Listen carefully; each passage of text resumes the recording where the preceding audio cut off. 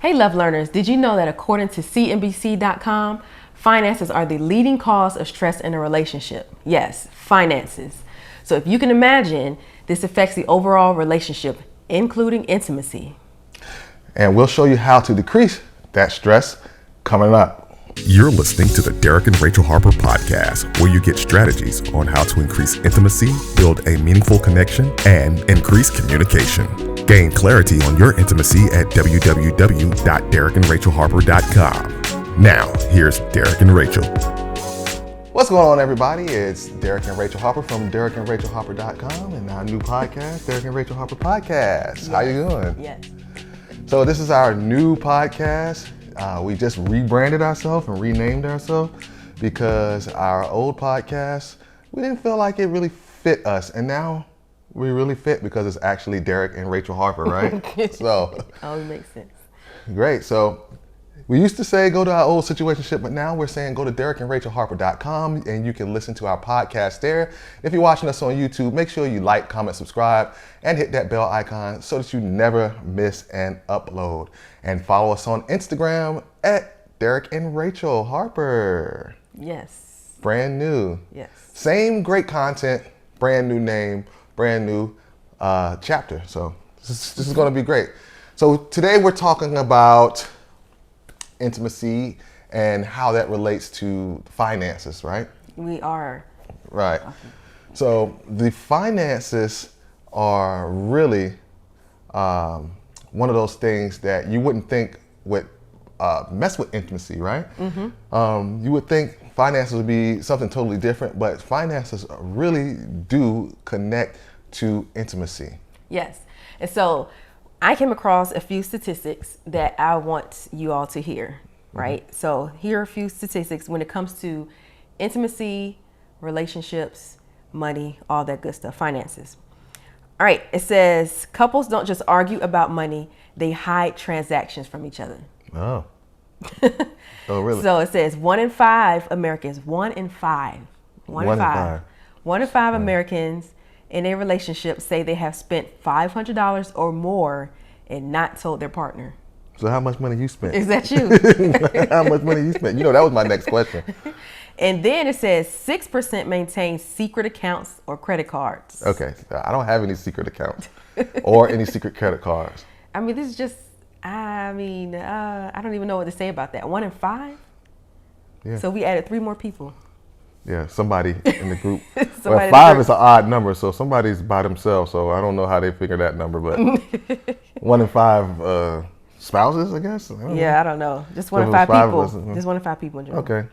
1 in 5 Americans, it says. Oh. Here in America, 1 in 5 Americans. Yeah. So that was a statistic that I came across.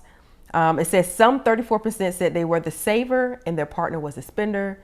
And just 13% said the reverse. And then just the last statistic, that also means that 47% of the respondents said they and their partner had different saving and spending habits.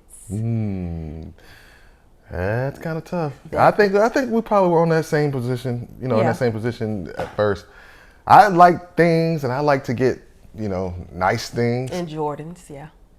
And Jordans. But you kind of brought me back down to earth, like, hey, you need to do this. And I was like, I didn't think it was that bad because I was like, I'm not buying Jordans or buying a bunch of things all the time. I would always pay the bills first. In fact, she would get mad at me because I would spend money on the bills, actually. I would spend too much money on the bills, I guess. I don't know how you spend too much money on the bills, but I would always spend the money on the bills first. And she would be like, well, why are you paying all these bills? And so he didn't learn the lesson. He didn't learn the lesson. Okay. I learned the lesson. So the lesson was this. When you are limited in your money, right? We were limited in our money, right? You have to pick and choose, unfortunately, when you're working with a certain amount of money, which bills are going to come first, right? So groceries, we have to eat. That should be at the top of the list, in my opinion. So Johnny come lately or whoever it is over there who, we could wait 30 days or 15 days. That was back then, right? We do things a little bit different now. But in our money situation at that point, it was like, don't just quickly give them their cut. Let's take out what we need first and take care of our household as far as like being able to eat, and things like that. We had a kid, let's take care of that immediate need first. And if we have to call one bill, one credit card and say, hey, can we get an extension or something like that? So he was quick to be like, okay, let's give everybody their money. And then on the back end, we were kind of like, okay, for me at least, it was like, dang, where the groceries money? Are we eating this time? Whatever. So it wasn't, hey, why you paying the bills? That's what he always said. Why are you mad at me for paying the bills? I'm not mad at you for paying the bills, but now what are we gonna eat? Okay, well that was the mindset. That was the mindset back then, and we had to learn how to change our mindset about money, right? So we had a show about that like earlier this year. So go back and check that out if you want to. It'll be on DerrickandRachelHarper.com. All right, but no, yeah, we had to change our mindset because back then we were just getting a new job where we had made a lot more money than we made before. So we felt like because we had more money that it would stretch a lot further. Big mistake because we started, just spending money and not even thinking about where we were spending the money at. And come to find out, we went through our bills one day and we found out we spent $400 or $500 on just eating out alone. So when you're coming from a couple thousand a month to almost $7,000-8,000 a month, then you thinking, I got enough money, and we thought we could stretch. But then we didn't realize we had 2 kids, and then we're going to end up with a third. But just to be transparent, I mean, in the beginning, when we first got married, my checks were only about $840 a month, and our rent by itself was like $860. Yeah. And I think you were making like $711 a month. Yeah. And this was with us having degrees and being to school, master's degrees. I mean, we were struggling. We made it work. Yeah, we made it work. So you can only imagine when we finally make it big and finally let our degrees work for us. And now we're making this, huge difference of an income. It's like, what? Party all the time. Right. First check that we got felt like a refund check from school, It was like, what? Got all this money in our account. Oh, let's go do this. Yeah. Went to the mall and bought this and bought that. Well, we got enough money and just throwing it before you know it, like, how did we have that much money?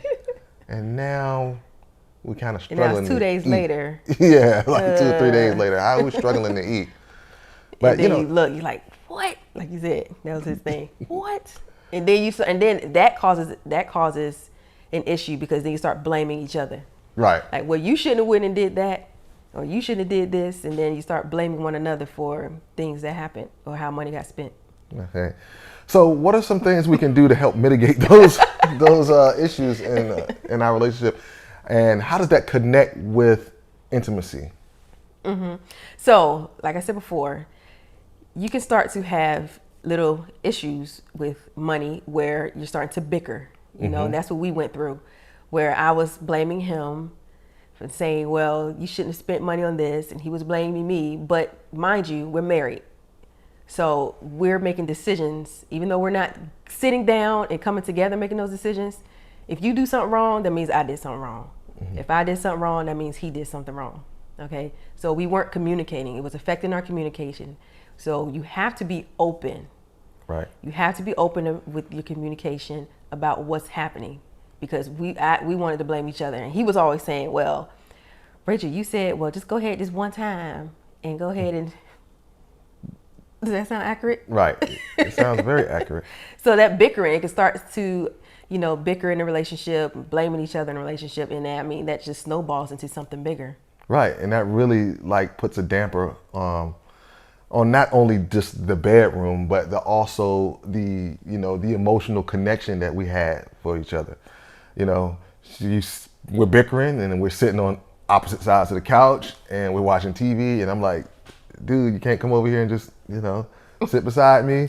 Like, no, because you're disgusted at the way, we spent the money, and like I said, 50% of marriages fail because of this? 50% of marriages fail because of financial causes.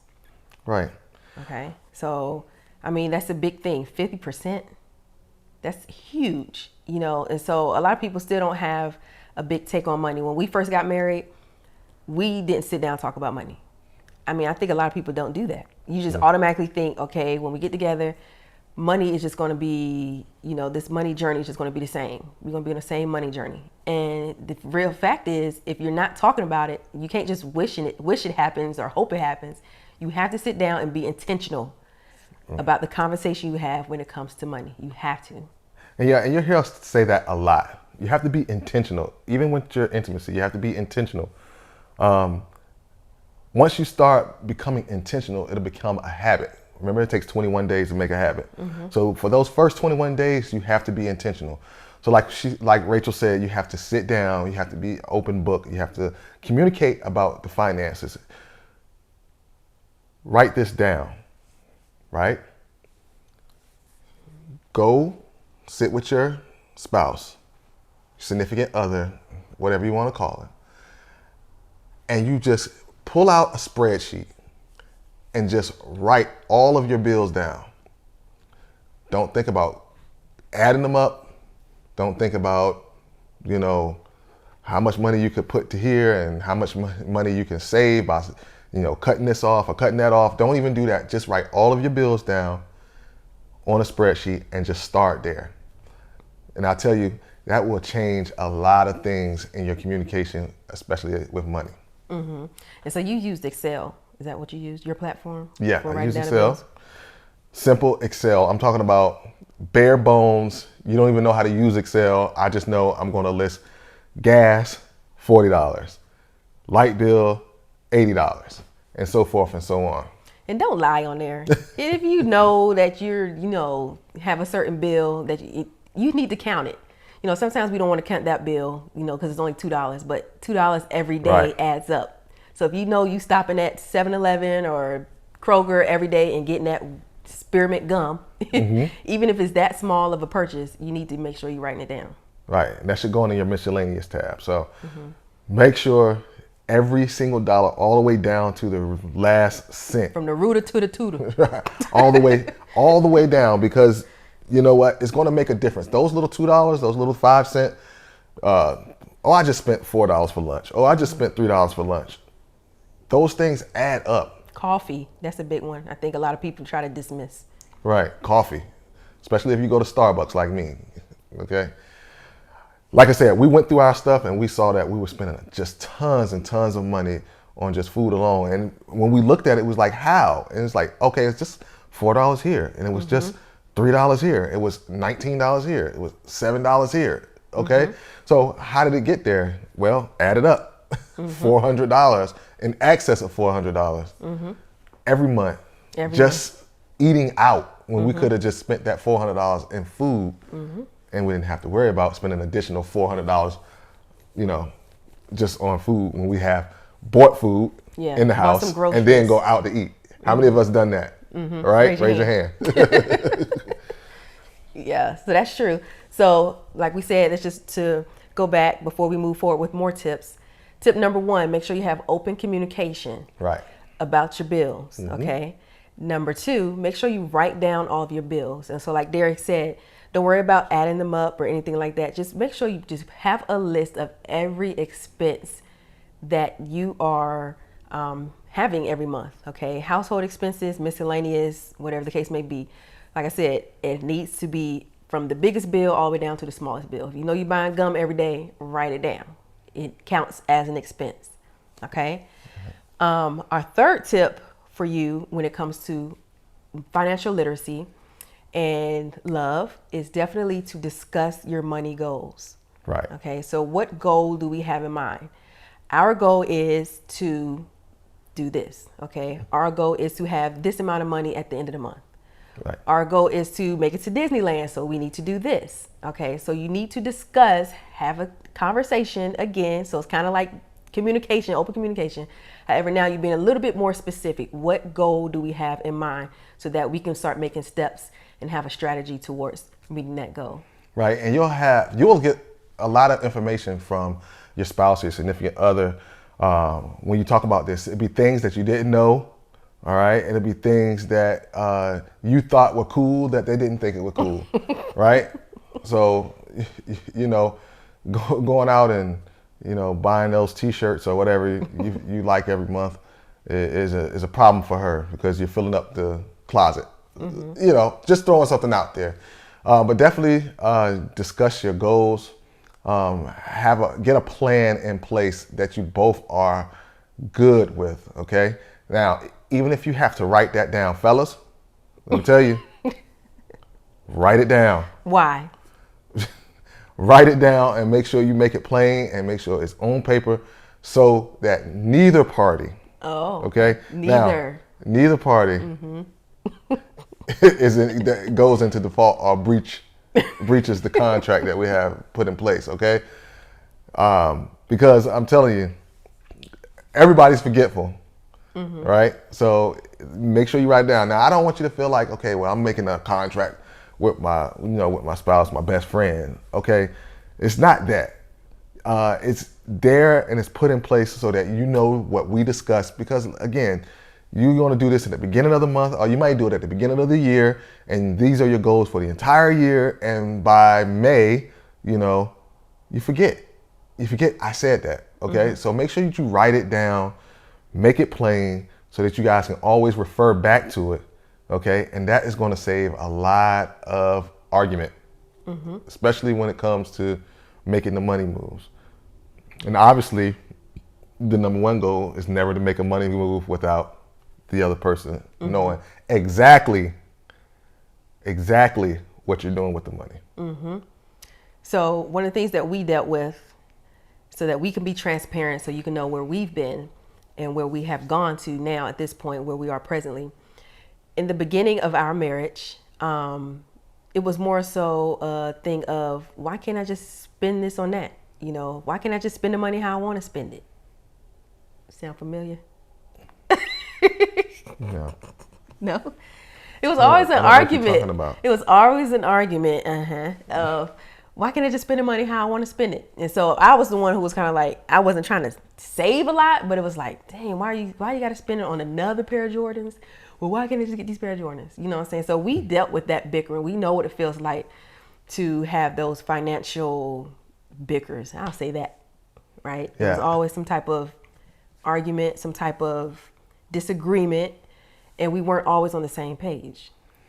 And I felt like when it came to something that I wanted, or I didn't think it was a big deal to purchase something, I would be kind of scared to try to even to ask, could I get this, or, stuff like that. But I also felt that when it was time for her to want something, that it was always met with a little giggle. Oh, I just want to get this. But if I were to just go do that, then it would be this big argument and a big to-do about it. So again, that goes back to document everything. Document everything. Yeah, and so communication, how he sees it and how I see it were two different things. So of course, when two people are seeing things differently, it's going to be some type of clash.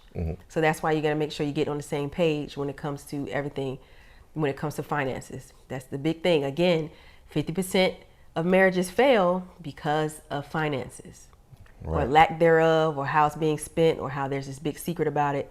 It's a whole realm, a whole world of finances all by itself, of why it and how it affects marriages and things like that. So one of the things that we personally did that we're going to offer to you, or that we did, one of our own tips, is we make sure that we sat down together and we literally said, okay, what bills do we have? Right? And so we sat down, it was hours. We sat down for like 3 or 4 hours the first time for a while, just writing down every single thing that all of our household expenses, daycare, gas, anything that we knew we were paying money on consistently, we wrote that down. And like I said, that was a long meeting. And it was also an eye opener because it was like, oh, what? And then what we started to do after that is started to think, okay, how can we cut down on this? I like watching TV. He's not really a TV watcher, but I was like, okay, I think we can cut down on the cable, find some cheaper cable, maybe do Netflix, which is only $7 a month. So we came up with some different ways of cutting down on our bills. Right. And the same way she watches TV is the same way I like gadgets and gadgets and cell phones and stuff like that. So the money I wasn't spending in TV, I was spending on, expensive cell phones and iPads and stuff like that because I had a credit account, And the big eye opener was when we sat down and did that meeting and we saw that we had $17,000 worth of debt. Mm-hmm. We were like, wait a minute. Where? How do we get that coming from, $840 and $711 from him mixed together, whatever that is, added up to make it $17,000. And I'm talking about when the money was like that, we had 2 cars. I had a BMW. She had a Toyota. Of course, the Toyota was paid off, but we lived in a decent place. We had food. We did things. We made it work. We did things, more things than we did more with less. When we moved. More with less. And like they say, more money, more problems, because you start to think, okay, so I'm making $5 more. So that means I can start to spend this on this or add that $5 to that to make that purchase. And it's like, no, you cannot do that, because more money, if your mindset isn't right, it'll be more problems. And that's exactly what happened to us. Now, with those problems come problem with intimacy as well. Mm-hmm. Because those things really do put a mental block on, the touching, the feeling, the looks, the hand holding, because you can't get past the fact that your money is not where it needs to be. And credit card stress. I mean, I could tell you credit card stress would be on my mind almost every day. Think about this. I want to take my wife out to a nice dinner at Fogo de Chao. It's one of our favorite restaurants, right? Mm-hmm. It's here in Atlanta. They have a chain all over the country. But I want to go out there, and we know it's at least $100. Well, why am I going to spend $100 and go out when I have a credit card that I could put $100 to and knock it down to $200 instead of on $300, right? Mm-hmm. So then that already cuts out an intimate, nice date with my wife that I wanted to do that I can't do because now I have responsibility. Yeah, well, I now have a responsibility. I have a responsibility to that credit card, and it cuts off my direct line of intimacy to my wife. Mm-hmm. Now we got to figure out something else to do. Mm-hmm. Now, of course, we could do a Netflix and chill night. Those are always fun. Yeah. But sometimes she wants to get dressed. Sometimes she wants to look good. Sometimes she wants to smell a little good. Sometimes. Go out somewhere. Go out somewhere. Have a nice dinner. Mm-hmm. Yeah. You wouldn't have been able to do that. My love language. Right. Quality time. Biggest example where we got out of that mess, because we were doing the same thing, right? Mm-hmm. And we had a nice night where we were able to go to Fogo de Chao, and we were able to go to a Lauryn Hill concert right after. That was an awesome night. We had a really good time. Mm-hmm. And it wouldn't have happened if I wouldn't have won those tickets off the radio. They were free 99. That was for free 99. So those the concert tickets were like $200, almost for free right there. Mm-hmm. But that was a great time. So don't think it's just a money lesson right now. It is a money lesson in a sense, but it can hinder your intimacy, and it does mess with it. Okay, so make sure that you are always staying on top of that. Yeah. So again, the big push here is to make sure that your finances are not affecting the intimacy in a relationship. Because like Derrick said, if you having to pay John, Peter, Paul, and all of them first, and then you have to pay yourself on the back end, that's no fun.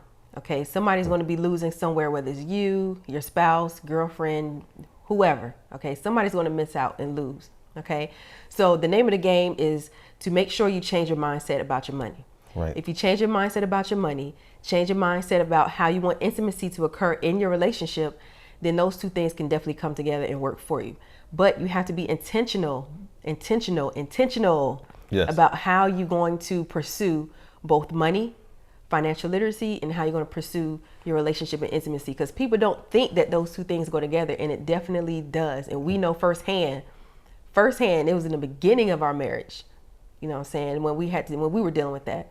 And so we know firsthand that it definitely goes hand in hand. And that's why the statistic says 50% of marriages fail because of how people are handling money. Okay, so you have to really think about that. Don't just think, well, we have good sex. Okay, cool.